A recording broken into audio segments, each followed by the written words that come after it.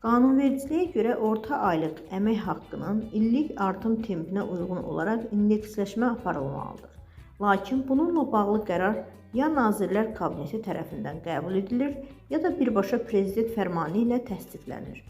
Praktikada isə bu tip artımlar daha çox Prezident fərmanı ilə həyata keçirilir. Bunu Demokrat Aza açıqlamasında iqtisadçı ekspert Natiq Cəfərli deyib. O bildirib ki, hazırda gözlənilir ki, yaxın vaxtlarda bu sahədə rəsmi qərar veriləcək. Hesablamalara görə pensiyanın baza hissəsi artdıqda təqaüdçülər əlavə maliyyə dəstəyi alacaqlar.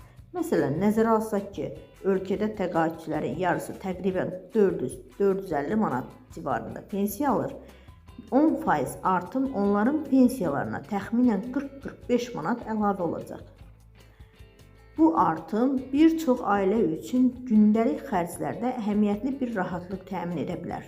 Ekspert bildirib ki, bu addım həmçinin sosial müdafiə sistemindəki indeksləşmənin və pensiya artım mexanizminin şəffaflığını və ədalətliliyini göstərir. Artım həm də inflyasiya və yaşayış xərclərini nəzərə alaraq təqaüdçülərin gəlirlərinin real dəyərini qorumağa xidmət edir.